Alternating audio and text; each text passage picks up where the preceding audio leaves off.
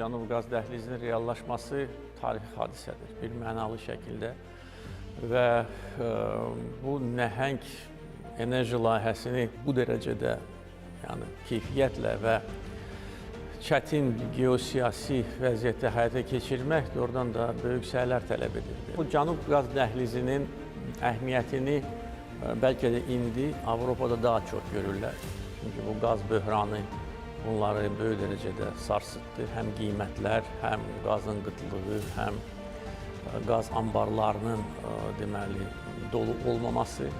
Dünyada baş verən siyasi və iqtisadi hadisələr fonunda bazarda neft-qaz məhsullarının qiymətinin və tələbatının artması qlobal enerji təhlükəsizliyində etibarlı tərəfdaş olan Azərbaycanın və Prezident İlham Əliyevin uğurla həyata keçirdiyi neft strategiyasının əhəmiyyətini daha da artırır.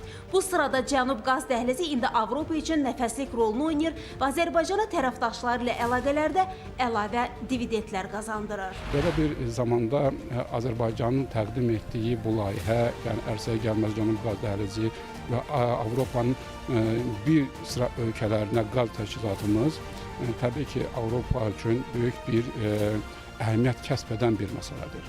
Təbii ki, neftdən gələn gəlirlər Azərbaycan inkişafı üçün, işğaldan azad olunmuş ərazilərimizin yenidən qurulma və bərpa işlərinin sürətlənməsi üçün xüsusi əhəmiyyət daşıyır.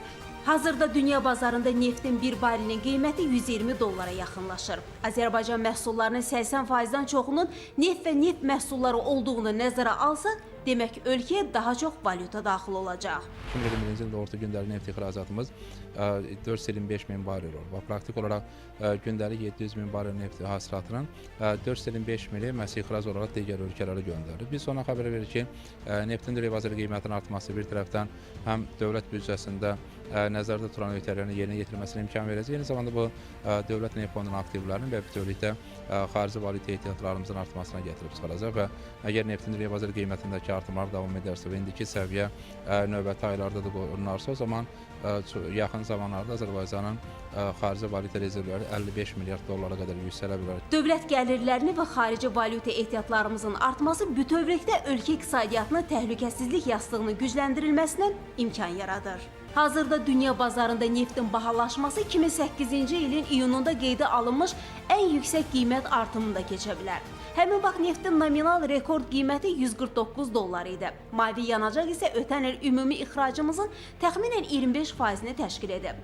2020-ci ilə müqayisədə ötən il ixrac olunan qazın həcmi 61,3%, dəyəri isə 2,5 dəfə artıb. Cənub Qaz Dəhlizi layihəsinin tamamlanmasından sonra Azərbaycan beynəlxalq bazarlara, o cümlədən Avropa bazarlarına ötən il 19 milyar kubmetr mavi yanacaq ötürüb. Hazırda tələbat nəzərə alınaraq TAP layihəsinin genişləndirilməsi üzrə araşdırmalar aparılır. Südabə Cahangirli, Rüstəm Mikayılzadə, ASTV Xəbər.